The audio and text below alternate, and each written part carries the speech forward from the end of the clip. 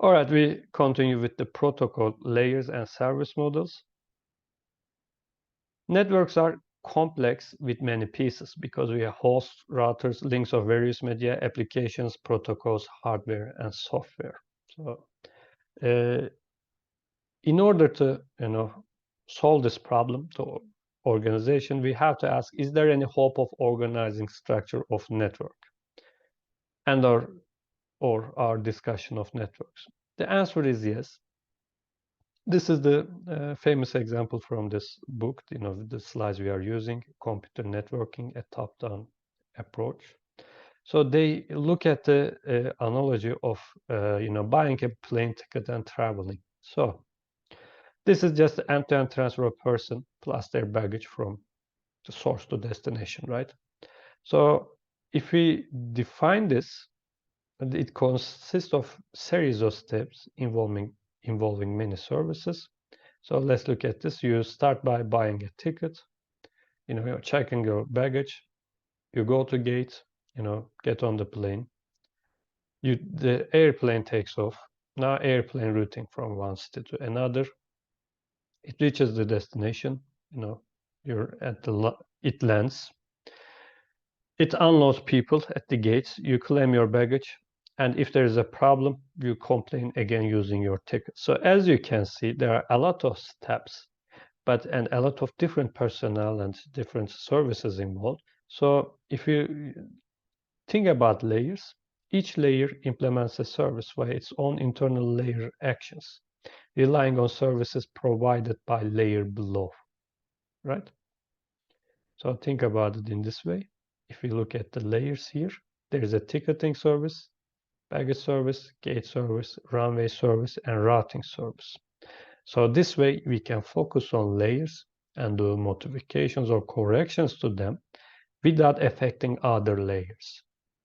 So this is how we overcome the problem of organizing networks actually. So yeah, while layering, explicit structure allows identification relationship of systems pieces, layered reference model for discussion. Modularization eases maintenance, updating of system, change in layer service implementation, transparent to rest of system. For example, changing gate procedure doesn't affect the rest of the system, right? The ticketing personnel or the pilot doesn't need to know this kind of stuff. Their layer rules or services are not changed. So this is the good thing. So internet, if you look at internet as layers, the layered internet protocol stack is as follows. We have 5 layers: application, transport, network, link, and physical. Application supporting network applications like HTTP, IMAP, SMTP, DNS. So, we have to talk about security here. For instance, HTTP has no security at all because there is no encryption involved. For this reason, we have HTTPS and so on. At the transport layer, we have process-to-process data transfer, and we have 2 protocols here on the internet, TCP and UDP. At the network level, we have routing of datagrams from source to destination. We have IP and routing protocols at this point. So devices in the network are identified by their IP. At the link layer, this is the data transfer between neighboring network elements. So we have different standards like Ethernet or for Wi-Fi 802.11, IEEE standard, PPP, and so on. So at the physical layer, we are actually sending bits. Here says on the wire, of course, sometimes we send it on the wireless, but we are actually transmitting links at the physical layer. Okay, so if we look at it again, services layering and encapsulation, here from the source, we have the application, right? So it has a message. So this message actually wants to be transmitted from here to the destination's application, right? Application exchanges messages to implement some application service using services of transport layer. So for this reason, your message actually gets a header when it is, go to another layer below, transport layer. So transport layer protocol transfers the message M, sometimes reliably, from one process to another using services of network layer. So for this reason, transport layer protocol encapsulates application layer message M with transport layer header HT to create a transport layer segment. So at this point, we call this message. We call this one a segment. So HT used by transport layer protocol to implement its service. Then we go one layer below. Network layer protocol transfers transport layer segment from one host to another using link layer services.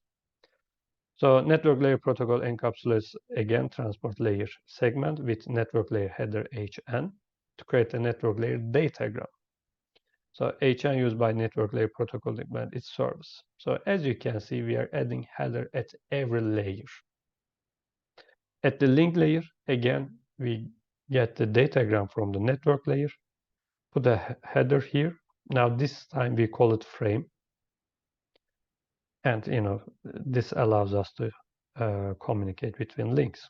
This is what we call encapsulation. You can think it as a matryoshka dolls.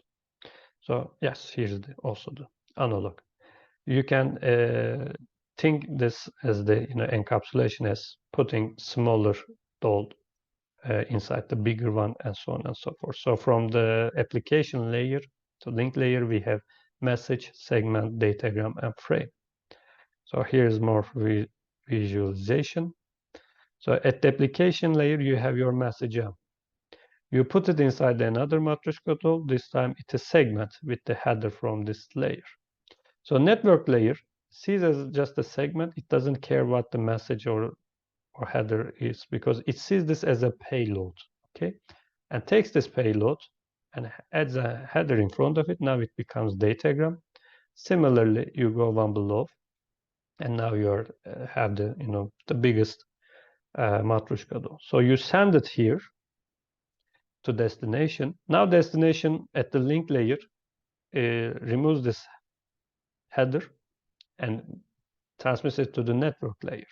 So now you are opening the matryoshka dolls. And at the end, the correct application receives the message that you sent from here to there.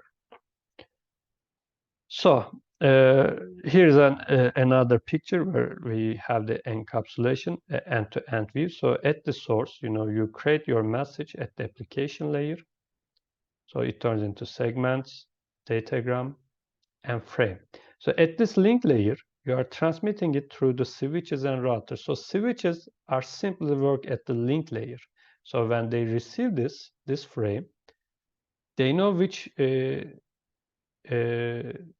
router they need to send it to. So they take this frame and send it to router. Now routers are actually at the network layer. So they take this at the link layer, remove this header. Sorry. Yeah. Remove this header. And at the network layer, it's now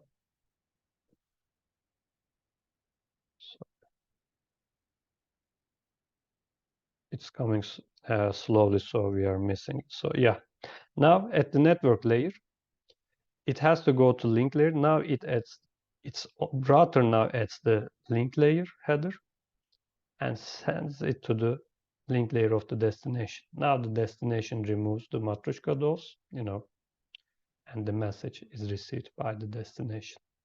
So this is how encapsulation works, and actually how we transmit a data packet through the internet between the layers. So as you can see, each layer acts differently, and security had to be considered at every layer. Okay, so this is why we are going to talk about each layer. The book covers it with the top-down approach, starting from the application layer to going downwards, and we will follow the same steps, and we will try to think about what the attacker can do at each layer and how we can solve it by the methods we have, like cryptography and so on.